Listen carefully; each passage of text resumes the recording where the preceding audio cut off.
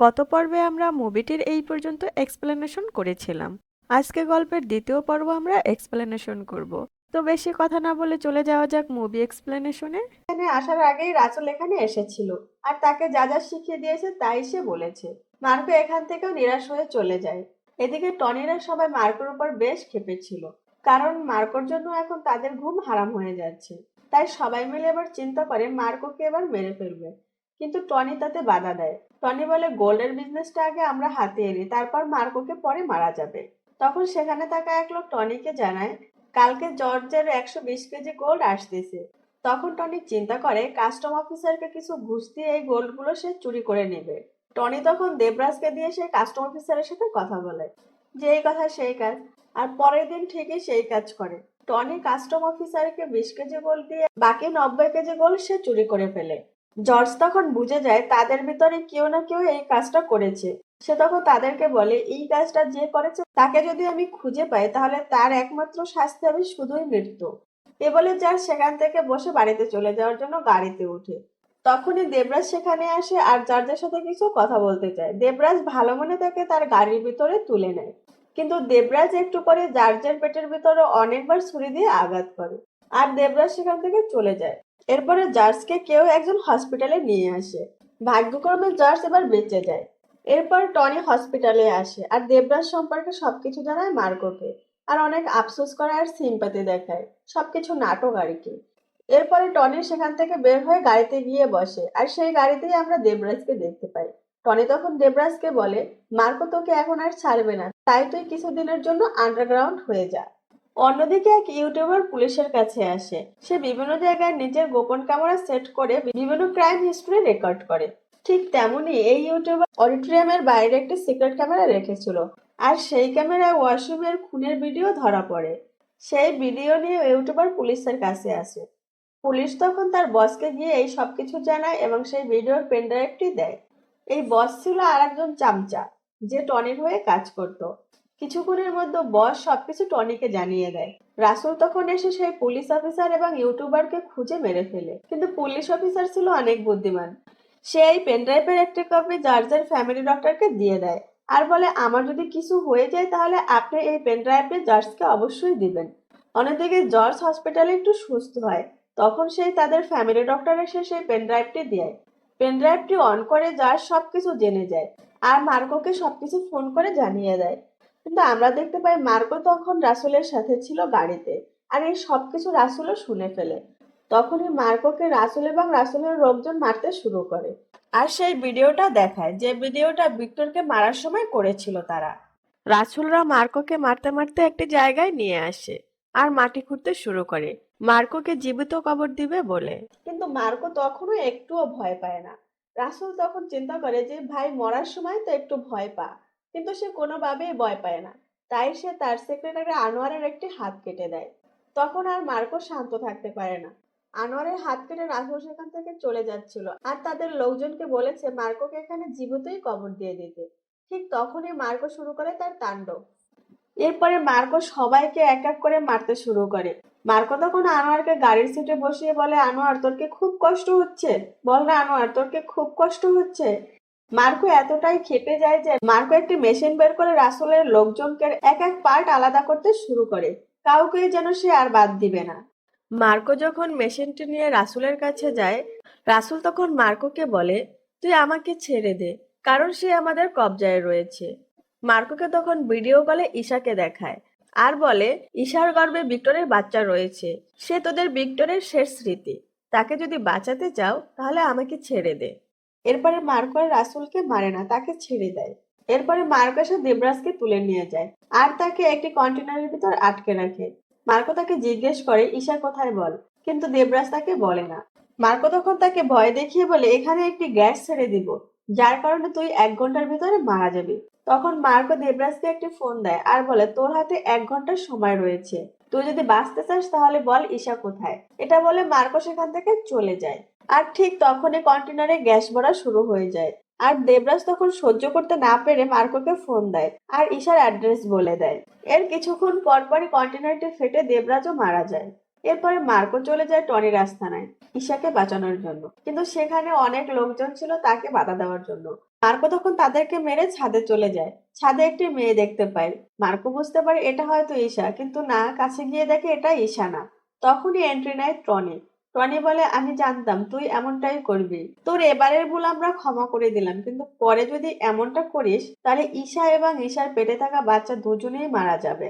সেই সাথে টনি তাকে একটা ডিলের কথাও বলে। বিকেলবেলা সেই ডিলের জন্য মার্কোর কাছে রাসুল আসে। মার্কো তখন রাসেলকে একটি ব্রিফকেস দেয়। রাসেল খুশিতে সেই ব্রিফকেসটি নিতে যায়। ব্রিফকেসটি খুলে দেখে সেখানে তো গোল্ড নেই, বরং তার বাবা টনির একটি হাত কাটা রয়েছে। এটা দেখে তো রাসেল খুবই ঘাবড়ে যায়। মার্কো তখন তাকে বলে, তোর বাবার হাতটা কিছুক্ষণ হয়েছে কেটেছি, তুই এখন তাকে হসপিটালে নিয়ে যা, তাহলে হয়তো বেঁচেও যেতে পারে। আর ঈশাকে যদি তুই আমার গাড়িতে তুলে দাও তাহলেই তোর বাবার লোকেশনটা পাবি। এরপরে রাসেল কোনো উপায় না পেয়ে ঈশাকে মার্কোর গাড়িতে তুলে দেয় আর খুব দ্রুত আসে তার বাবার কাছে। কিন্তু রাসেল এসে সেখানে তো অবাক হয়ে যায়, কারণ তার বাবাকে এমনভাবে বন্দি করা হয়েছে যাতে একটার পর একটা ফাঁদ রয়েছে। একটা ফাঁদ পার করতে পারলে আরেকটা ফাঁদে ফেসেই যাবে।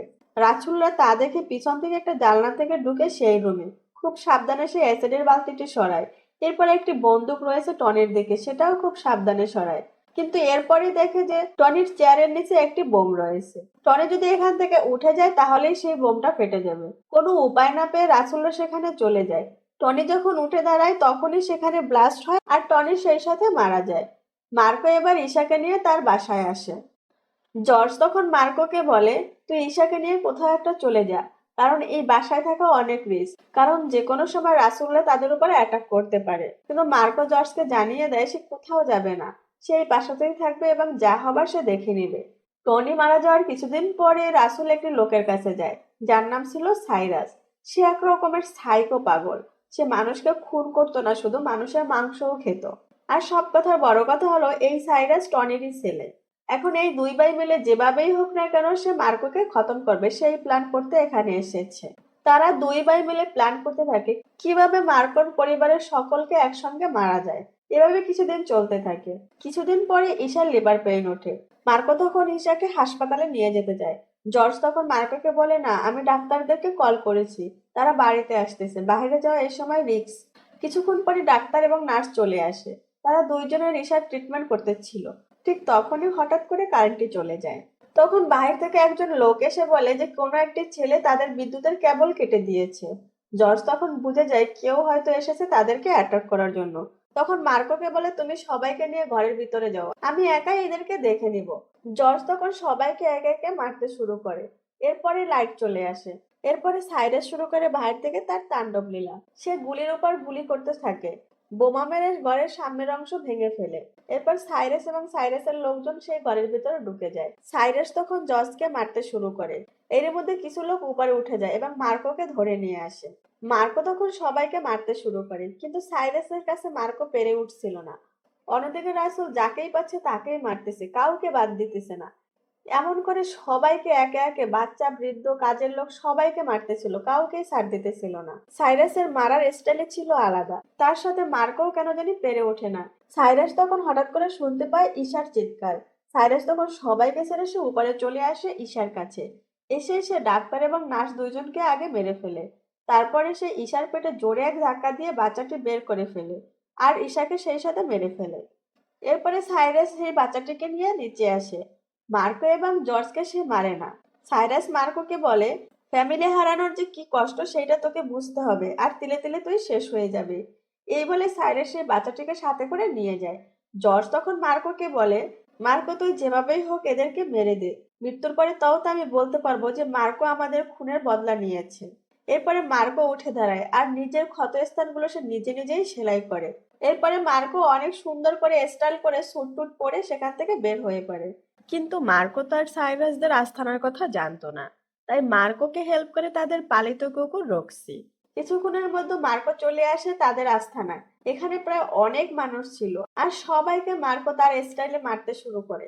মার্কো মনে হয় যেন মানুষ মারতেছে না, সে আলু পটল কাটতেছিল। এক পর্যায়ে অনেকজন মিলে মার্কোকে ধরে ফেলে, কিন্তু তাকে কোনোভাবেই আটকে রাখতে পারে না তারা। মার্কো একে একে সবাইকে মেশিন গান দিয়ে মারতে শুরু করে। কিছুক্ষণের মধ্যে সবাইকে সে মেরে ফেলে। এখন বাকি রয়েছে দুই ভাই, রাসূল এবং সাইরাস। তারা দুজনে মিলে মার্কোকে মারতে শুরু করে, কিন্তু এখানে মার্কোর সাথে তারা পেরে ওঠে না। এক পর্যায়ে একটি চাকু দিয়ে মার্কো রাসেলের বুকে ঢুকিয়ে দেয় আর সেখান থেকে তার হৃৎপিণ্ডটা বের করে নিয়ে আসে। এ দেখে তো সাইরাস খুবই ভয় পেয়ে যায় আর তাকে ভয় দেখানোর জন্য সেই বাচ্চাটিকে একটা অ্যাসিডের কোটার উপর ধরে আর বলে তাকে ফেলে দিবে। কিন্তু মার্কো তাতে কোনো রকমের ভয় পাচ্ছিল না। সে সামনে এগিয়ে এক কোপে সাইরাসের মাথাটা কেটে ফেলে আর বাচ্চাটিকে ধরে ফেলে। এরপরে মার্কো ভিক্টরের ছেলে এবং কুকুরটাকে নিয়ে সেখান থেকে চলে আসে। দৃশ্য চলে যায় কয়েক বছর পরে। আমরা দেখতে পাই মার্কো ভিক্টরের ছেলেটিকে নিয়ে একটি বিচে বসে আছে। ভিক্টরের ছেলেটি এখন বেশ বড় হয়ে গিয়েছে। এর কিছুক্ষণ পরই বিচে অনেকগুলো কালো গাড়ি আসে আর মার্কো তখন তাকিয়ে দেখে যে সেখানে বাচ্চাটিও নেই। মার্কোর আর বুঝতে বাকি থাকে না এই বাচ্চাটিকে তারা ধরে নিয়ে গিয়েছে। আর এখানে এই মুভিটি শেষ হয়ে যায়। কে বা কারা ভিক্টোরের বাচ্চাটিকে তুলে নিয়ে গিয়েছে তা জানতে হলে আমাদের দেখতে হবে দ্বিতীয় পার্ট। এর মানে আমরা এই মার্কো সিনেমার দ্বিতীয় পার্টও দেখতে পাবো। আর এর সাথে এই মুভিটি শেষ হয়ে যায়। এই মুভিটি ছিল এবছরের সব থেকে ভায়োলেন্ট মুভি। ফ্রেন্ডস, তোমাদের এই ভিডিওটি কেমন লেগেছে অবশ্যই কমেন্টে জানাবা। সেই সাথে চ্যানেলটি সাবস্ক্রাইব করতে ভুলো না যেন প্লিজ। আল্লাহ হাফেজ, টাটা, বাই বাই।